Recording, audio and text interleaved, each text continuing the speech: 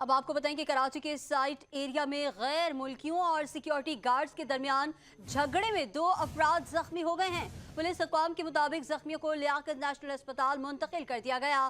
وزیر داخلہ سندھ نے ڈی آئی جی ساؤتھ سے تفصیلات طلب کر لی ہیں۔ ہم مزید تفصیلات جانیں گے نمائندہ 5 نیوز شایان علی سے۔ شایان، آپ کے پاس کیا تفصیلات ہیں؟ آگاہ کیجیے گا۔